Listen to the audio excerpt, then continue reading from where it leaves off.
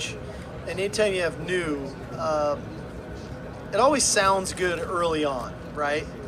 And then ultimately you have some form of adversity and things and different things come up, and that's when you really find out, are we buying into the change, into the newness and the things that you're bringing in. And I think we've brought two great examples of that, of Keandre Coburn and Bijan Robinson. Of we've got great leadership on this team that I didn't know, right? I had to figure that out when I got here. And we have really good buy-in. And we have kids that are leading by example, that are persevering through newness and hard and setback. And we haven't had it just a smooth sailing approach from the day I got here. My hiring was a little different because I was coaching in the national championship game, so I wasn't here right away when I got hired. When we got here, the first week I was here, the kids weren't in school yet. By that next week, I got COVID. Then they shut down our floor, right? So the players didn't get a chance to meet me in person yet. Then we get into our off-season conditioning program. We head on to spring break. We're getting ready to start spring ball, and you guys, the local guys, know we start spring practice. One day in, we get hit with COVID on our team, and we get shut down.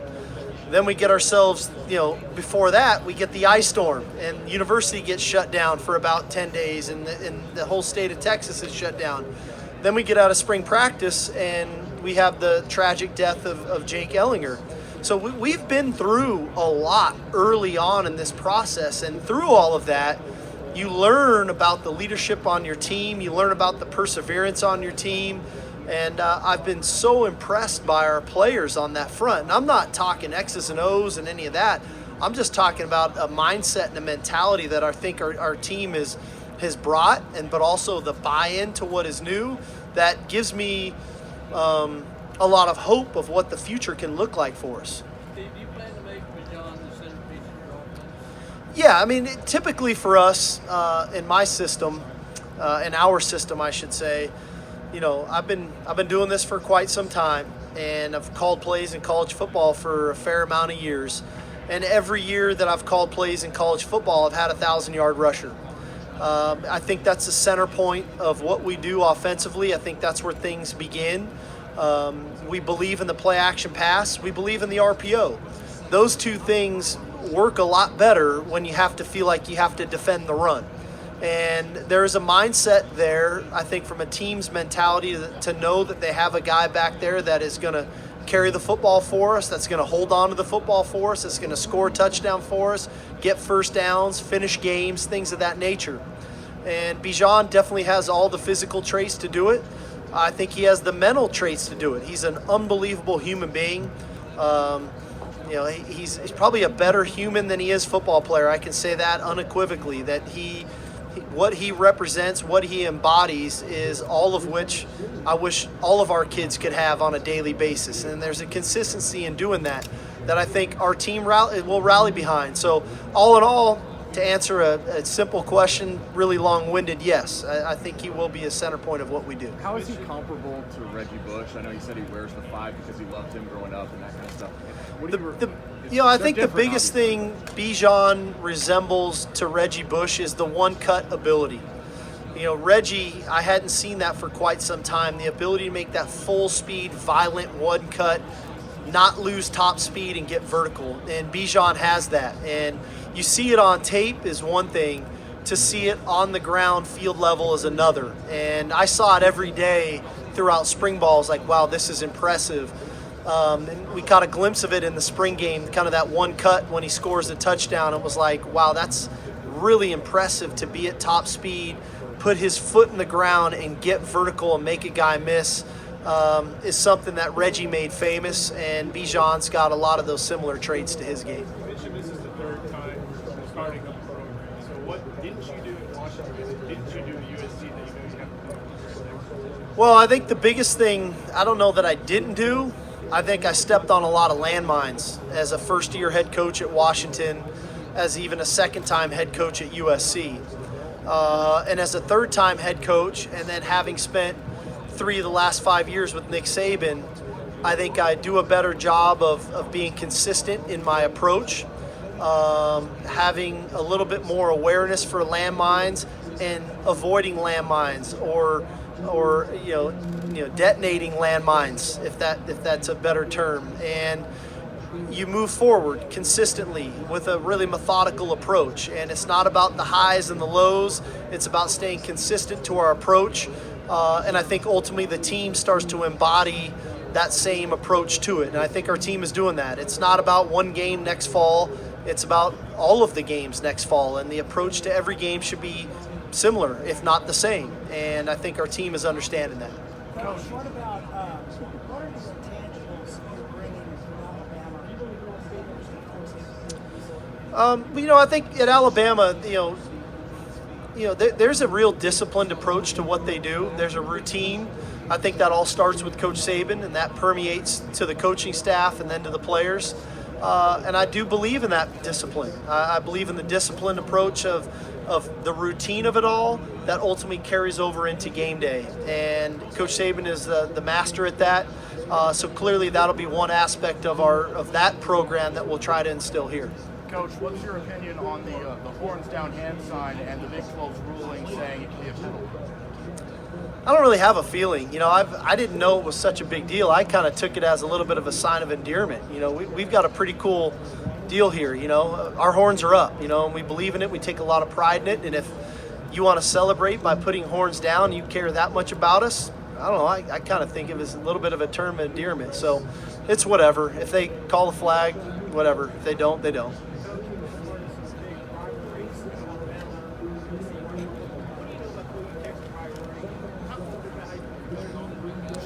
Well, the Texas OU rivalry is a special one. I think for the local guys, they probably know me better than some of the more regional people here, but I'm a fan of college football first. I love college football. I'm just fortunate that I get to do what I love, and I get to love what I do. And in my spare time, especially in season, I watch college football. That's what I do. So I've had a chance to watch this game from afar. And now be part of it, I think, is something uniquely special.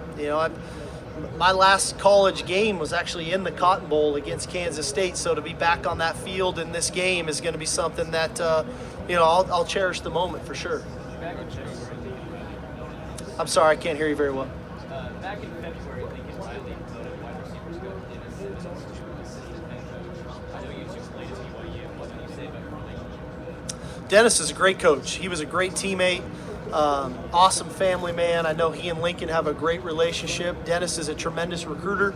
I'm happy for him and his career and where it's headed. I know he started off with Coach Leach and has worked his way up in the profession, and wouldn't be surprised if he doesn't become a head coach in the short term. Sark, you talked about wanting leadership from your quarterbacks going into their condition. What have you seen and heard from them in terms of their development in that area? Yeah, I think Casey Thompson and Hudson Card are both really good leaders. They are really buying into our program and what we believe in. They put in the work. They're the first guys there. They're the last ones to leave. They ask the really good questions, and the result is they've earned a lot of respect from their teammates. And that's what you want at that position, that guys want to play for the quarterback. They have a lot of respect for the quarterback, and those two guys have done that. Now, we'll get into fall camp, and at some point, I gotta kind of make that call of who's going to be the guy. But I will say they're both making it very difficult because they're doing all the little things right, and that's a good sign. That if they're both doing that, that should permeate to a lot of the other guys on the team. Bijan said that Hudson's a leader by example. Is that accurate, and can a quarterback be that? I think you can. I don't think you have to be the most vocal guy, especially in this day and age, right? The idea of being in the huddle and the quarterback, looking you in the eye and those things, the no huddle thing has kind of changed that some. But if you're doing things the right way, you're carrying yourself the right way, and you're doing things in such that you represent the university and our football program the right way, that's as powerful, as impactful as anything. Coach, what have you kind of seen from Bijan Robinson so far? What kind of makes him just I think Bijan, like I was saying earlier, I think he's a better human being than he is a football player. And that's saying a lot because he's a heck of a football player. but he's a tremendous leader. He's a tremendous teammate. He's unbelievable for our community. He's just got that it factor, and it's not a sometime thing for him. It's not a show. That is exactly who he is deep down in his soul, and really proud of him and all that he's accomplished up until this point of his life. But I think he's even got better days ahead of him. Well, Coach, when you're at Bama, you successfully recruited in the state of Texas, competed against Texas, and then had someone from Bijan. How do you convince kids from the state, to come to the University of Texas when they were probably 2 years old and get shot across the goal line? Well, I don't want to give up all the secret sauce here, Anwar, but recruiting is a big component to what we do. It really is our lifeline. We have an awesome product. The University of Texas is a tremendous product to sell. We've got a world-class education. We've got a rich history and tradition football program. We've got a great stadium, great facility. I think we've got, if not the best, one of the top coaching staffs in America. We've got 550,000 living alumni. So there's a lot of really cool things to sell. And in the end, each kid is different. Each kid is looking for something a little bit different that is important to them. And our job is to find out those things that are important to them and explain to them how the University of Texas is that fit for them. And so I don't think there's one company line that we just use. I think that's why you have to develop relationships, and you have to do a great job of developing those relationships and then finding out what is the thing that is that niche for that young man, and then show him how the University of Texas is that asset for them and their future, whether that's in the classroom, whether that's on the football field, whether that's life after football, whatever that may be, because we've got a really cool product that is big, but selling big all the time may not be for every kid. It may be one niche, and we've got to find that niche. Is it that more challenging when you haven't won a Big 12 title since 2009? How about you with the University? I think every school's got its challenges, and like I said, I believe in our product, or I wouldn't have taken the job. I believe in this product. I believe we can be great. I believe we can recruit quality character kids that are good football players, that are good students. Because coming here to play at the University of Texas, it's not for everybody. You got to want to be great, and you got to want to be great in all aspects of life. And if that's what you want, then this is a tremendous place for you. But if it may not be for everybody, and that's okay, because we want kids that want to be here. If we have to talk them into doing it, that might not be the right fit for them. Sark, the Big 12 is starting to develop a new reputation for being a defensive conference. How do you expect your system to translate against evolving Big 12 defenses? I would agree with you. I think the defenses in this conference have vastly improved, and whether it's Coach Patterson or Coach Campbell or what Coach Riley's done at Oklahoma, I mean, there's been some tremendous defenses evolving in our conference. And, I think we've got a system that on offense that is pretty well versed, that can attack a variety of style of defenses, but that also fit the personnel that we have. But ultimately, it's going to be a challenge, whether that's a home game or a road game or schematically, we've got to prepare really well and we've got to execute. What did you make of facing that 3 high safety defense at Arkansas last year that is waiting for you here in the Big 12? Well, I think you got to have a real sense of patience. You got to have a real ability to execute. And then you got to find your opportunities to attack it down the field, but yet you got to have a sense of patience, and you got to have the ability and the willingness to run the football. And I think that we've got our work cut out for us. That was really the one time we faced it all year. We've obviously spent an off season of studying it this off season, and we'll see what we come up with and see if it's good enough. What do Mama and Daddy want to hear? Does it change what Mama and Daddy want to hear with the recruiting? Who's mommy and daddy? The recruiting. Oh, I apologize. Okay. I think they want to make sure that their son's going to be in good hands, that they're going to be supported, and that they're going to have an opportunity to earn their degree, that they're going to have an opportunity to get developed as players. And I don't quite frankly think it's a whole lot different than it has been for the last 40 to 50 years. I think that's what parents are looking for. Devontae Smith? I can't. Oh, Sweat. Sorry. Yeah, Sweat is he's a big physical guy. He's got initial quickness. He's talented. The key for us, we didn't have him all spring ball long. And so to get him back now for fall camp is going to be critical. He's working out now. He's doing all the things necessary to get himself into shape, ready for fall camp. But ultimately, it's now putting it together on the field and working with Coach Davis to put himself in the best position to be successful. A lot of coaches sometimes try to force their culture on players when they do. Like Keandre talked about how you guys always kind of took a more respectful approach to them. Can you explain, that thought process? And I know you've seen how it's been done in other programs. Why was your approach a little bit different? I think cultures are formed organically. I don't think you can put a sign up on a wall that says culture, or everybody put on a t-shirt that says culture, and all of a sudden you got a really good culture. I think they are formed organically, and for it to happen organically, you have to give the players a little bit of a sense of ownership of that, and then you try to steer them in a way of making sure that we're staying within the guidelines of what we're trying to accomplish. And I think our players, our leadership, has done a good job of recognizing the guidelines of where we're trying to stay within, and then build our culture from there. And I've been impressed. I have to say, I've been really, really impressed. It goes back to the players' buy-in to say, okay, these are some of the parameters that Coach Sark and our staff are looking for.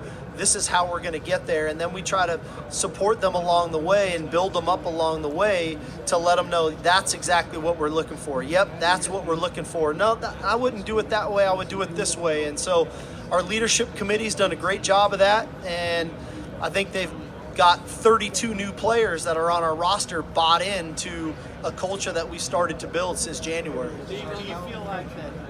I know you were here last year, but they had social justice problems, COVID, the ICE Texas, all these things are huge distractions. Do you feel like all of that is behind these guys? They are 100 in on culture. I feel that, but like I said, even since I've come on board, Brian, we've dealt with other stuff too. COVID didn't go away when I got the job. It was still here, right? An ice storm still hit. We still had unfortunate death on our football team. So we've still been dealing with things. But ultimately, I think there were some great learning experiences from that. Because guess what?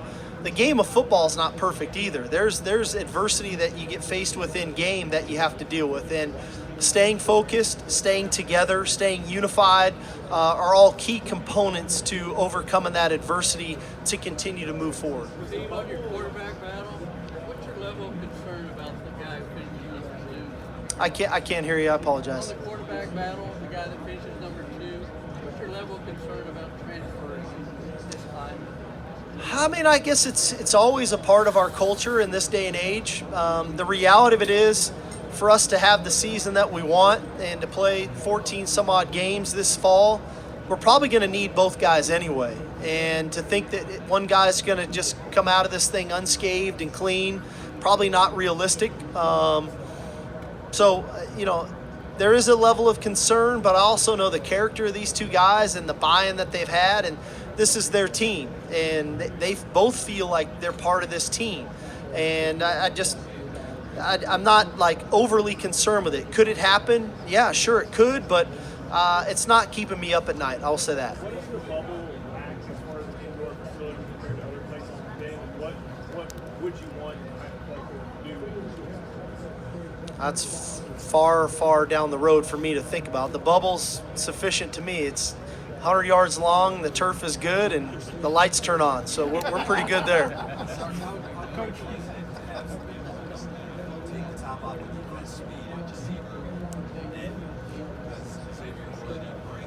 Yeah, it's a big component to what we do. Having speed at wideout, taking the top off is a big component, right?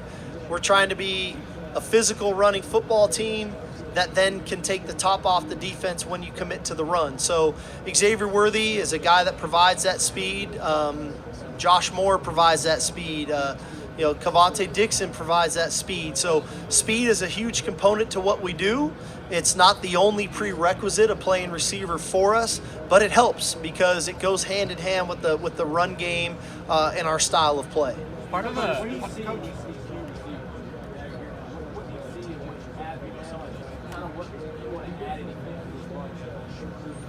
Well, I mean, again, it's a talented group. We've got a high football IQ. We're good route runners. We've got good hands, we've got some speed. It's tying it all together consistently on a daily basis, day in and day out, play in and play out, week in and week out. That's the component we've got to get to. We can't have the inconsistency, but that's across the board at every position, right?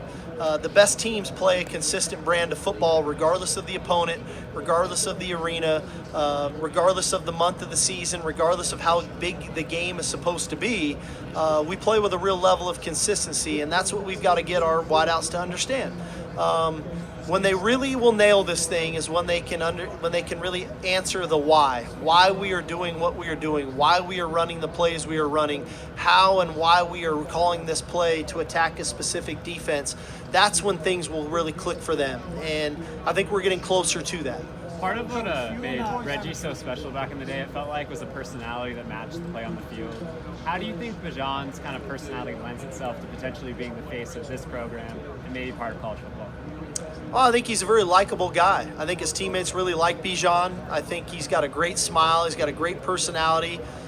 He's the first guy to pick a guy up when he's down, and I think they appreciate that about him. I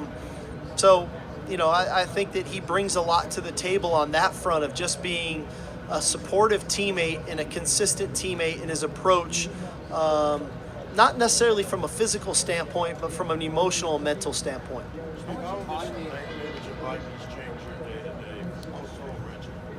Schedule.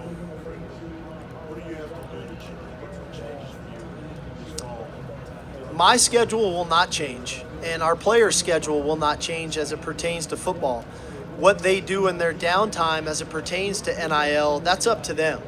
But our 20 hours are going to be our 20 hours, and we'll be committed to our 20 hours because I do believe we have a team-first mentality with amongst our players. Now, there's been some opportunities presented to our players, which, hey, good for them.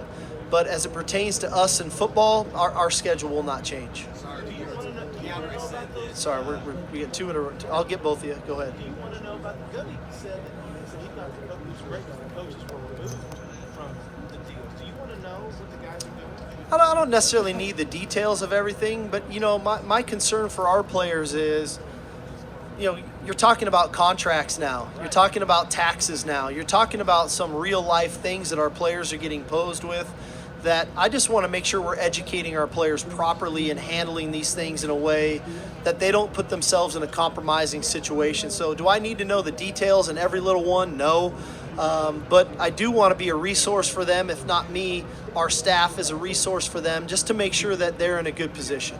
Gary was saying that PK is so quiet when he first met him, he said this isn't going to work. But then, he sees how when he draws up.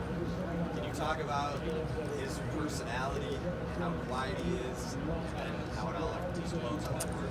Yeah, PK he's a big-time play caller. That's why I hired him. I think he's great at what he does. I think he's got a lot of confidence in what he does. I think he believes in his staff and gives them the autonomy to do what they need to do at their position. And then ultimately, over time, that building of the confidence in the staff and in the players continues to grow. And I think it's pretty cool to hear a guy 6 months in now talk about PK that way, that he has the utmost confidence in him and in our schemes and what we're trying to accomplish. Steve, I heard you say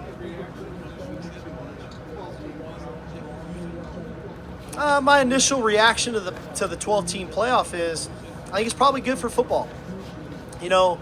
One of the gripes people make about college football is a lack of parity. But yet there's parity in a lot of other sports, in basketball, women's basketball, baseball, soccer, whatever we're talking. Well, I think the reason some of those other sports have the parity is because they have a bigger playoff field. And with a bigger playoff field creates opportunity. With opportunity, now you have opportunity to maybe knock off some of those teams to create more parity in college football. So that's kind of my initial thought. I don't know what's going to happen. What I know is right now we've got a formula that is 4 teams getting to playoff.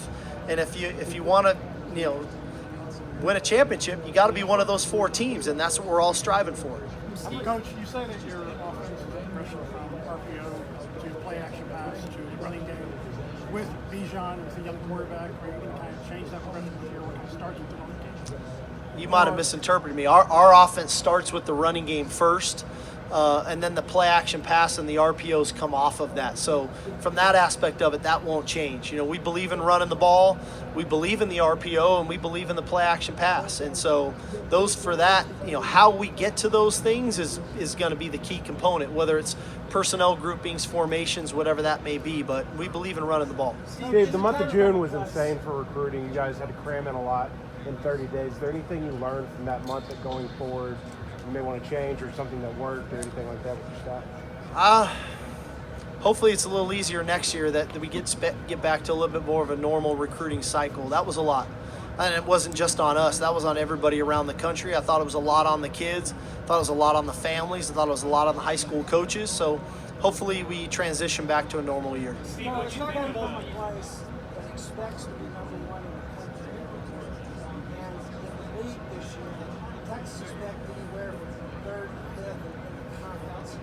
What are your thoughts on that? I really don't care about preseason rankings. They don't mean anything. I mean, they're for you guys. I think they're good for college football.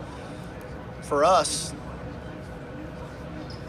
maybe we shouldn't play this year because we're supposed to finish third. I don't know. I mean, it is what it is. I mean, it's like they're for you guys to write about and talk about and things like that, which are great because it's good for college football. It's a topic of discussion. The reality of it is, if we listen to those things, then we shouldn't play the games. So, we focus on the task at hand. We don't really worry about, are we supposed to win? Are we not supposed to win? Football is a great game because it takes 60 minutes. It takes an entire team to win. It takes an entire team to win consistently, and anybody can beat anybody on any given day. And so, we're trying to build a program that's built on consistency, leadership, team first mentality. And if we listen to what people say we're supposed to be, man, that life would be tough, then we'd have no Saturdays, and that wouldn't be very fun for any of us.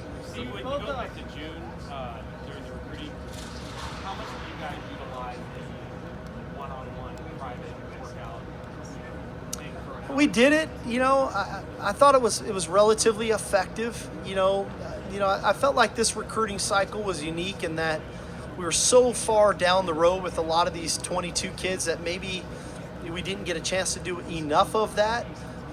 Where I thought the camp stuff with some of our other kids, our 23s and our 24s, but even just the normal camp format was maybe a little better than just the one-on-one workout. When some of those things can get hard when it's just one guy working out and you can't do one-on-ones and who's throwing passes and things of that nature. So it was a nice gesture that we were able to do it, to give us the chance to do it. But I think moving forward, I think we'd all like to get back into just a normal camp format. Steve, both Bijan and DeAndre gave high praise to Rashawn Johnson when he's interviewed. What have you just noticed about him on and off the field that makes him special? I think he falls in line with the room that Stan Drayton has created. That's a selfless room.